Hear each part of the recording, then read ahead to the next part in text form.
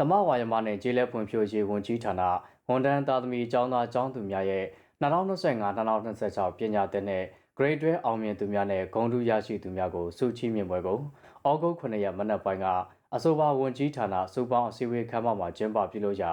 ပြည်ထောင်စုဝန်ကြီးဦးမျိုးစောသိန်းဒုတိယဝန်ကြီးဦးတိုက်စိုးစုရကျောင်းသားကျောင်းသူများနဲ့မိဘများတာဝန်ရှိသူများတက်ရောက်ကြပါတယ်ပထမဦးစွာပြည်ထောင်စုဝန်ကြီးဦးမျိုးစောသိန်းကယခုအခမ်းအနားဟာတာမန်ကွန်ပျူတာတစ်ခုမဟုတ်ပဲအောင်မြင်မှုများသာမကအားထုတ်ကြိုးစားမှုစိတ်ရှည်သီးခံမှုအချိန်ကိုတန်ဖိုးထားအသုံးချနိုင်မှုတို့ကိုထင်ဟပ်ပြသတဲ့နေ့ပင်ဖြစ်ပါကြောင်း Grade 12ကိုထူးချွန်စွာအောင်မြင်ခဲ့သူများသာမကအနာဂတ်မှာတက္ကသိုလ်အသီးသီးကိုဆက်လက်တက်ရောက်မဲ့နိုင်ငံတော်အတွက်အလားအလာရှိလူငယ်များဖြစ်ပါကြောင်းကျောင်းသားကျောင်းသူတဦးချင်းရဲ့စ조사အားထုတ်မှုမိဘများရဲ့ပံ့ပိုးမှုဆရာဆရာမများရဲ့လမ်းညွှန်မှုနဲ့မိမိကိုယ်တိုင်စည်းကမ်းရှိမှုတို့ကြောင့်အောင်မြင်မှုကိုရရှိနိုင်ကြောင်း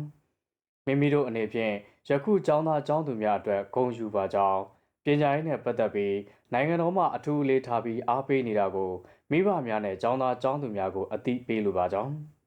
အနာဂတ်မှာတက္ကသိုလ်အသီးသီးကိုတက်ရောက်ကြမဲ့ကျောင်းသားကျောင်းသူများအနေဖြင့်မိမိရွေးချယ်တဲ့ဘာသာရပ်မှာကျွမ်းကျင်သူများဖြစ်အောင်ကြိုးစားရန်စိတ်ဓာတ်ကောင်းစည်းကမ်းကောင်းသူဖြစ်အောင်ထိန်းသိမ်းရန်မိမိအောင်မြင်မှုကိုလူအတိုင်းဝိုင်းနဲ့နိုင်ငံတော်အတွက်ပြန်လည်ပေးဆက်နိုင်သူများဖြစ်အောင်အားပေးပြောကြားလိုပါကြောင်းယခုအောင်မြင်မှုရကျောင်းသားကျောင်းသူများအနေဖြင့်မိမိကိုယ်ကိုဂုဏ်ယူတတ်စေရန်နဲ့အောင်မြင်မှုကိုရပ်တန့်မနေဘဲဆက်လက်ကြိုးစားသွားကြရန်တိုက်တွန်းမှာကြားပါတယ်အဲဒီနောက်ပြည်ထောင်စုဝန်ကြီးဒုတိယဝန်ကြီးအမြဲတမ်းအတွင်းဝန်ညွှန်ကြားရေးမှူးချုပ်များပါမောက္ခချုပ်များက6ဘာသာဂုဏ်ထူးရှင်3ဦး9ဘာသာဂုဏ်ထူးရှင်6ဦး4ဘာသာဂုဏ်ထူးရှင်8ဦး3ဘာသာဂုဏ်ထူးရှင်8ဦး2ဘာသာဂုဏ်ထူးရှင်12ဦးတဘာသာဂုဏ်ထူးရှင်22ဦးတို့အတွက်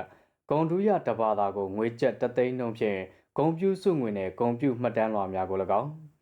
ရိုးရိုးအောင်ကျောင်းသားကျောင်းသူများအတွက်တဦးကိုငွေကျပ်9000နှုန်းဖြင့်ဂုဏ်ပြုစုငွေများကို၎င်းအသီးသီးချီးမြှင့်ပေးရရာကျောင်းသားကျောင်းသူများကလက်ခံရယူကြပြီးဘာသာတော်ဂုဏ်ထူးရှင်ကျောင်းသားတအုပ်ကကျေးဇူးတင်စကားပြောကြားကာစုပေါင်းမှတ်တမ်းနှင့်ဓာတ်ပုံရိုက်ကူးခဲ့ကြတယ်လို့သတင်းရရှိပါရခင်ဗျာ။